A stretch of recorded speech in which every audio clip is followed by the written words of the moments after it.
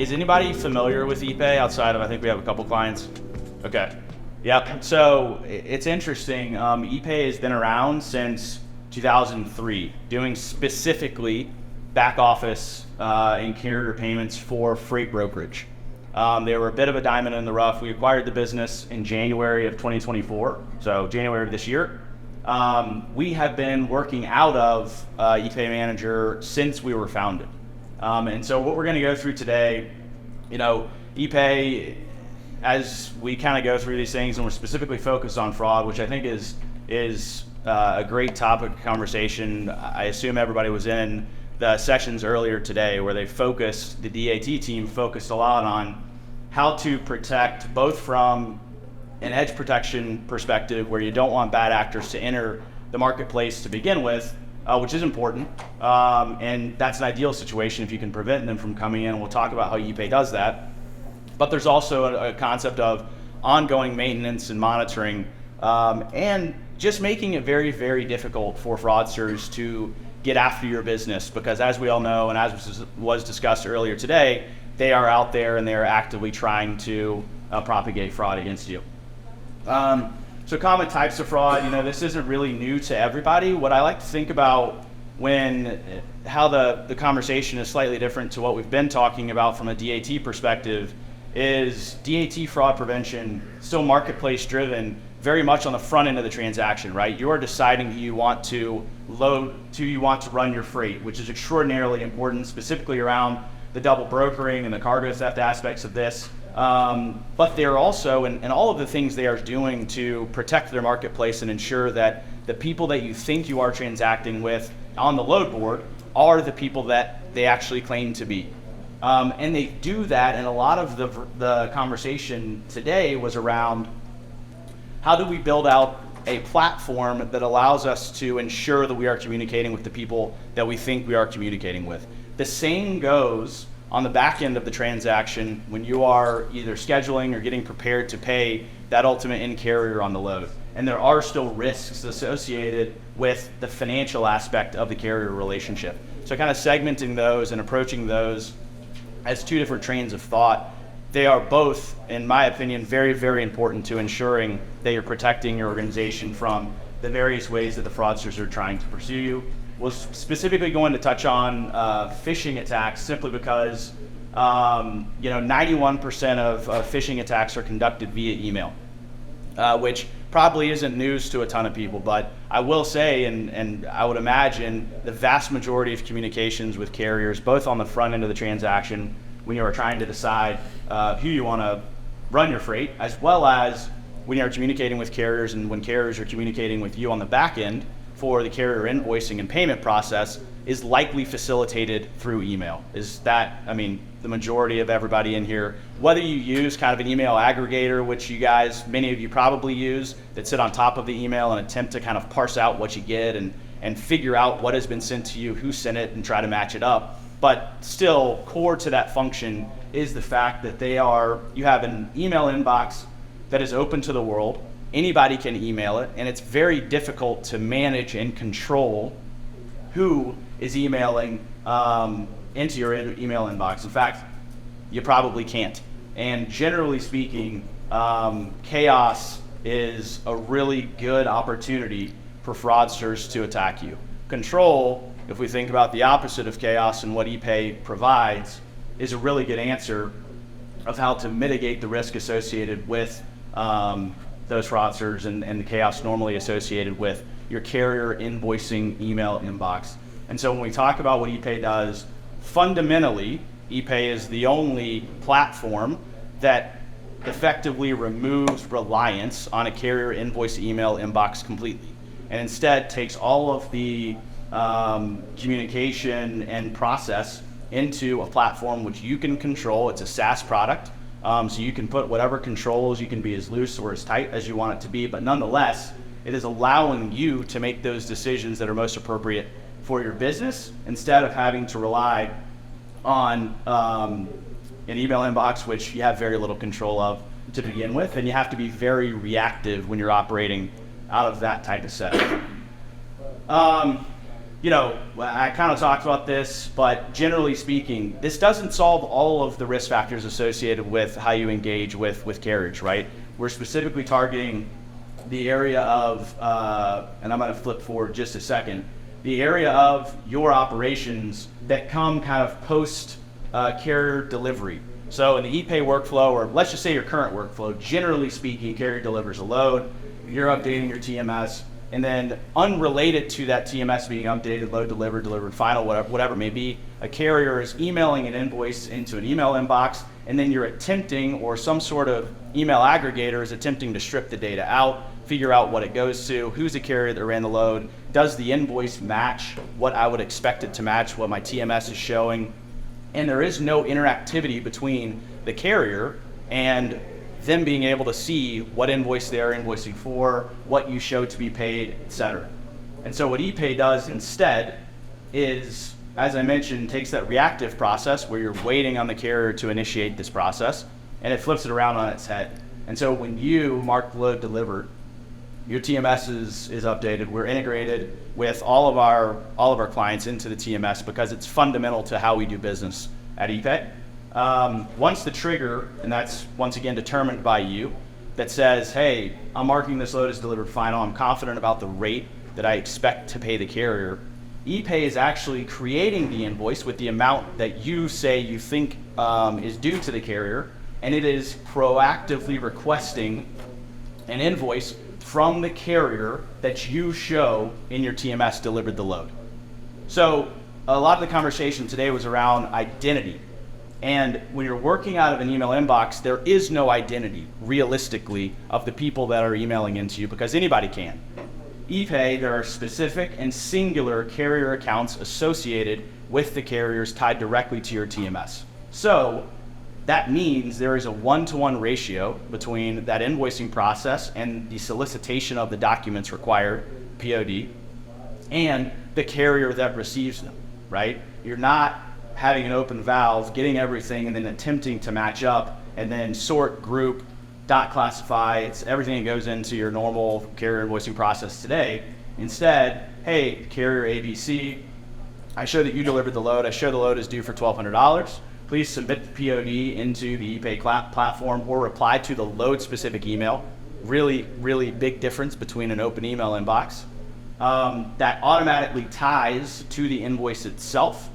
I won't talk a lot about this in this particular exercise simply because it's not specifically related to phishing. We do some NLP and AI that allows us to be very good at matching documents to load records because, like I said, it's one-to-one. We don't have to do a lot of the phase one matching where we're pulling the documents out and trying to figure out what they go to. Generally, we know they go to the correct load, right? So we're matching a lot of the finer details associated with that TMS data. What's the PO number? What PO number should we be looking for? What customer reference number? How many pages? Is it blurry? Is there a receiver signature? Are there damages listed? Et cetera, et cetera, et cetera, which drastically speeds up your ability to approve the invoice, schedule the payment, and feel confident about who and when and what you are paying the carrier at the end of the day. So I did just want to preface that as we get going here, and I'm going to be speaking pretty quickly just because we don't have a ton of time, and I'll hopefully leave some time for questions. But that is the fundamental difference. You remove the invoice email inbox and you replace it with a platform where carriers are participating in the process, or the carrier on a load by load basis, which gives them the ability to dispute the rate, which gives them the ability to upload the load specific data. So what happens is it becomes much more difficult to be defrauded, because if you think about what has to happen, let's say you load the wrong carrier in TMS. It was ABC Logistics, you loaded ABC Trucking. It solicits the POD from ABC Trucking, but ABC Trucking doesn't have the POD because he didn't deliver the load, right? You tagged the wrong carrier in TMS. And so immediately you're able to suss out that something is wrong with this because the carrier is not uploading the correct POD, which we can deliver those insights to you, which allows you to correct it very quickly on the front end, get it out to the correct party, get the correct paperwork. They then say, do I actually agree to be paid $1,200 if that's what you show? If they don't, they can dispute it. Once you have alignment on that, the payment is scheduled and your hands are clean and the process goes. All carrier bank accounts are managed by us, which is a tertiary level of verification as well. Let's say someone's email gets hacked, they log in, they go in and they upload the POD that they receive because a driver sent an email that's been hacked, right? We know that emails are just really, really ripe sources for fraud. But of course, the hacker is going to want to pay you into their account. In our system in Epay, where the carrier bank accounts are managed in platform, any carrier bank account that is changed, the account is immediately put on hold, and we provide tier 1 support to verify that it was the owner of the trucking company that was making the change. Once it's verified, we free up the account to be paid. So the layers of support that an in-platform payments experience provides is really what we talk about when we think about fraud prevention. So, like I said, I've touched on a couple of these things already, but the big differences between working out of an open email inbox from a fraud management perspective is a lot of times you are reacting to them already being in your ecosystem. In today's world, as the market has, remained soft over the course of the last several years, there's been an extraordinary emphasis on cost management, especially in the back office. I'd imagine a lot of you have nearshored some of that work. I'd imagine a lot of you are expecting more production, more invoice processing out of either the same or a smaller team than you might have had before, where margin per load was higher, because you're trying to find ways to lower costs associated with the transaction. Unfortunately, what happens in the scenario where you're working out of an inefficient process like an email inbox is that you have to make concessions. Generally speaking, if you don't provide increasing levels of efficiency, you are either going to have to maintain levels of cost to provide the same level of service or reliability or accuracy, or you're going to have to cut costs, meaning cutting heads and trying to trim the team down. But that is where the risk associated with fraud comes in, when people are trying to move much, much quicker through a process that is not maintained or controlled by you, because it's very hard. Everybody has KnowBe4 or the other fraud prevention, phishing prevention platforms, but at the end of the day, they can't catch everything because these guys are extraordinarily creative in how they are reinventing ways to get into your system on a regular basis. So instead, you're trying to rely on your human resources to detect and weed out that fraud instead of systematically eliminating it from entering your ecosystem to begin with, or potentially relying on some nascent AI, which, listen, there are good applications of AI. Is it helpful? Of course. Would I prefer to rely on AI to solve for something that I could have solved for on the back end or on the front end? No, I prefer to systematically eliminate it on the front end and then have some assurances on the back end that I'm verifying things are happening the way I would expect. And so that's just a representation of how we approach fraud in Epay Manager. It's a process, as I talked about, and the parallels, like I said, on a different side of the equation to what DAT was speaking about today, is that edge protection, right? Figuring out a way to block them from ever entering your ecosystem, first of all. Might there be scenarios where they sneak through and are still trying to take advantage of some system? Of course, but that's why you are then having those secondary and tertiary levels of verification and audit, which would present these issues before they become some sort of financial loss to your business, right? Paying the wrong carrier, paying the wrong factoring company. Some of those are legitimate losses. Some of them are just extraordinarily painful and time consuming. We are, as I said, we grew up as a factoring company, so we're very conscious. We live in the back office. It's all we do, generally speaking, which is why it was such a good fit when we decided to acquire Epay. And so we know the struggles that are associated with carrier assignment, factoring companies, NOAs, LORs, and things of that nature. Bringing all of that in platform is a really, really effective way to eliminate a lot of the noise and therefore de-risk a lot of that back office work that's happening in your organizations today. Does anybody have any questions just about what Epay is doing and how it's doing it from a fundamental perspective? I want to make sure, yeah. This might not be too fundamental, I guess, but I'm wondering where Epay, like let's say, carrier Joe Blow is factored by, OTR or whatever. Where is Epay getting the information that they're there? From the broker. So generally speaking, so like our sales guys are doing. No. I mean, so what happens is you remove the email invoice inbox and you effectively are managing NOAs into a centralized process, whether it's an email or however you want to manage those. We have gone to our brokerage, and that data is then reflected and stored in Epay. The difference is when you make the change in Epay, let's say we buy an account from another factoring company, ABC Factor, I won't name names. You have them registered as an ABC Factor carrier. The load is processed through the Epay platform. It is sent automatically, the invoice is created.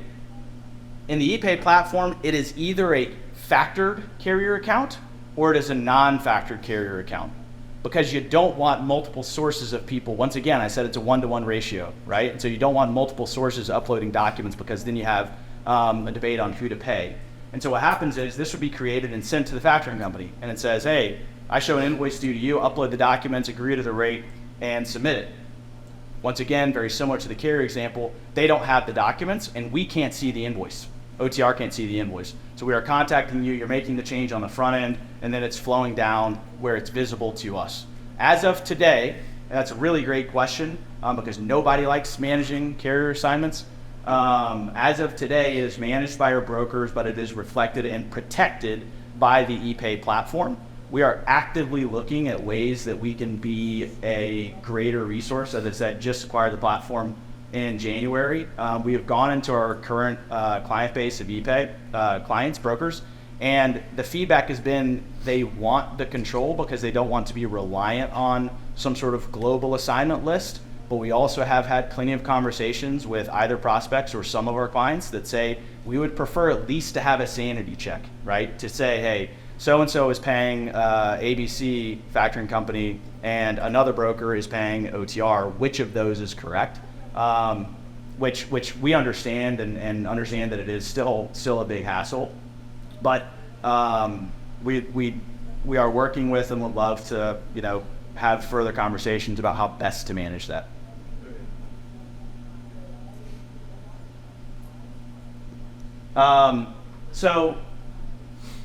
Talked a lot about, from a fraud perspective, how Epay puts you in a better position to, one, get in front of the fraud associated with kind of back office attacks, but also continually add efficiencies and cost savings into your back office, which the two are related simply because if you're having to constantly look over your shoulder to ensure that you are not being defrauded, or you can't get comfortable with cutting resources, human resources, or trimming costs associated with your back office because you have the fear of being defrauded, it is very tough to get efficiency or cost savings into your back office. And so what that lack of worry contributes to is a 99% ratio of invoices that require no additional audit for rate. What that means is when the carrier is logging into the platform, they can see what they are due to pay them.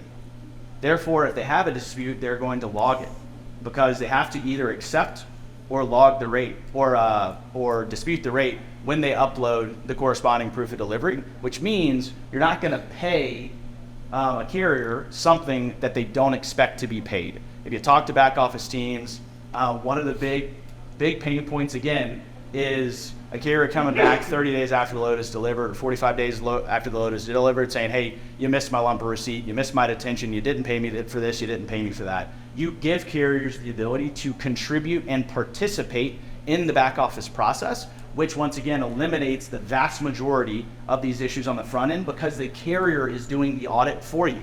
They are telling you whether or not it is correct or incorrect, which means the concept of reading something off of the carrier invoice received into an email inbox and then trying to pull structured data off of a PDF and compare it to what you show in your TMS, that process completely goes away, which also creates a 98% reduction in billing inaccuracies. And when I say billing inaccuracies, I'm talking about from a customer perspective.